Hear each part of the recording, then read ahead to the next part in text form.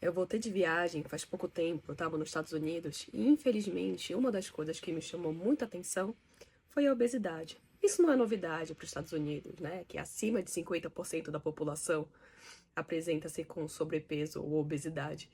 Mas é chocante ver o número, que me parece até mais elevado, porque a gente vê o tempo todo pessoas passando. E não sei para quem sabe, mas essa é a minha área, né, de pesquisa, de conhecimento. No meu doutorado era justamente falando sobre obesidade e compulsão alimentar, transtorno de compulsão alimentar, mais especificamente. E então eu tenho esse olhar. E aqui o meu destaque, ele vai para algumas coisas. Uma é como é que a população pode chegar nesse lugar? O que a gente está fazendo, nos incluindo como seres? Enquanto eu estava lá, eu encontrei com uma amiga minha que se mudou e a filha dela estuda, a filha de 14 anos estuda numa escola pública americana. E o que me chocou, não que eu não soubesse, mas mesmo assim é chocante, é que ela leva todo dia a frutinha dela porque ela fala, não tem opção na escola, não tem uma opção minimamente saudável.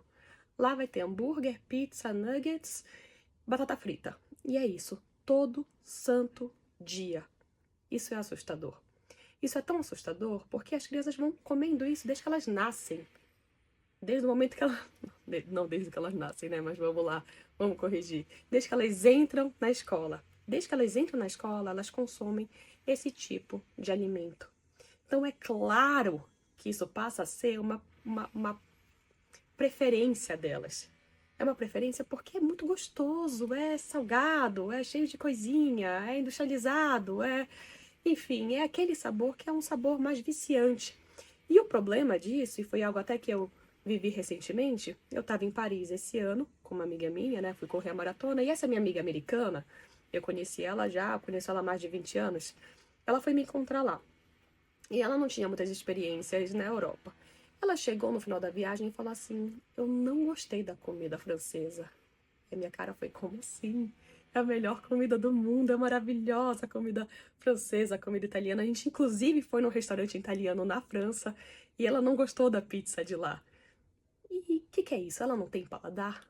Não, não tem nada a ver com isso. A grande questão é que ela é americana, ela vive essa cultura e desde que ela entrou na escola, ela come exatamente esse tipo de alimento.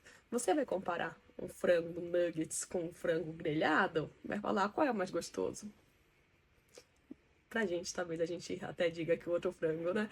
Mas é muita diferença, tem muito acréscimo de tempero, se é que dá pra chamar de tempero, né? De coisinhas a mais, de o tempo todo acrescentando, acrescentando, acrescentando, e isso vai se tornando um novo paladar. Então a comida com gosto de comida, sem todos esses acréscimos, sem toda essa quantidade de industrializados que eles consomem, ela é sem graça. E qual é o perigo disso, né? Milhares. Claro que uma população obesa, então essa é a grande consequência, mas além disso, um paladar que vai ficando viciado dessa forma. Então, vamos pegar uma criança que tá ali na escola e tá comendo esse tipo de alimento, ela chega na casa dela e a mãe, vamos falar que essa mãe quer mudar tudo, ela quer ir na contramão dos Estados Unidos e fala assim: não, filha, quer saber? Eu vou aqui preparar um banquete, saladas e grelhados. O filho vai gostar? Provavelmente não.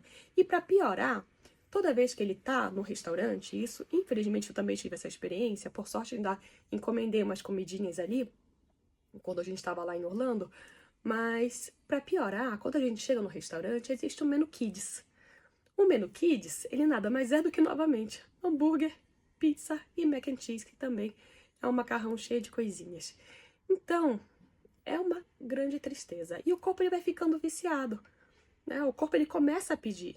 Ele começa a pedir aquele tipo de alimento. Afinal, voltando para minha amiga, não é gostoso o outro. É muito difícil mudar um hábito quando desde 2, 3 aninhos de idade uma criança está inserida nessa cultura.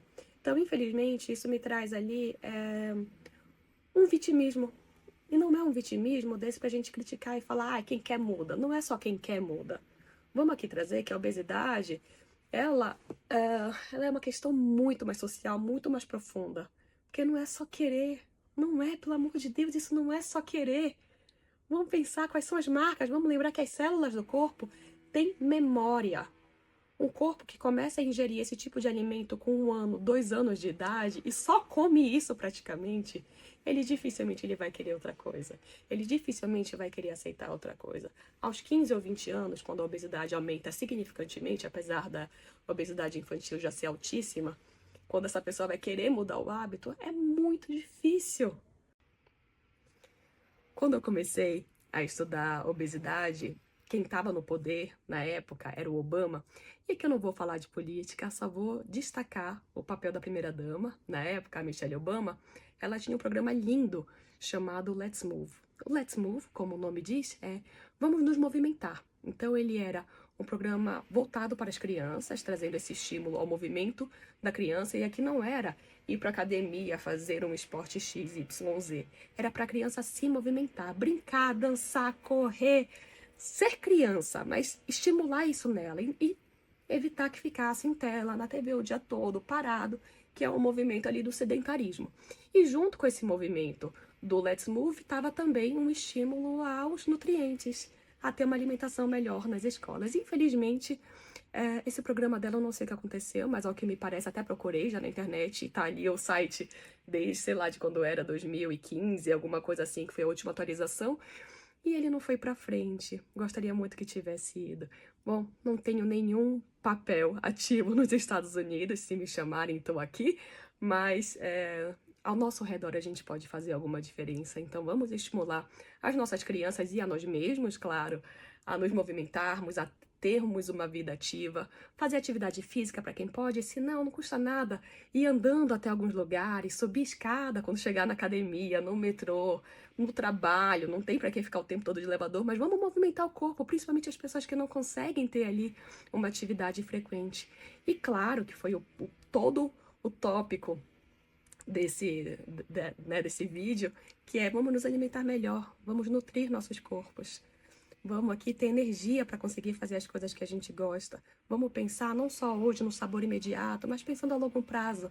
Acostumar o corpo a se alimentar com os alimentos mais frescos, com alimentos bons, investir nisso. Isso significa investir na nossa saúde e gastar menos com remédio. Cuidar da alimentação dos nossos filhos é um tipo de cuidado, é um tipo de amor, é um tipo de preocupação. E aqui, claro que eu acho super importante também destacar o quanto que é importante ser coerente. Então, se tem todo esse cuidado com a alimentação do filho, não custa nada também cuidar da sua, ser exemplo. Afinal, os filhos, eles nos imitam.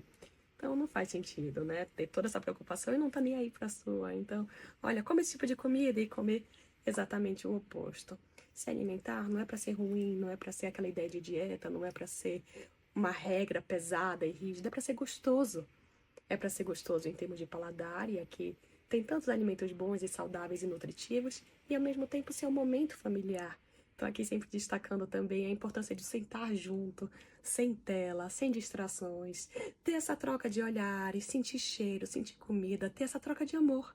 Porque para alguém comer, tem alguém que cozinha, né? Então, trazendo todo esse destaque aqui, que a alimentação pode ser gostosa, pode ser um grande cuidado, um grande momento em família.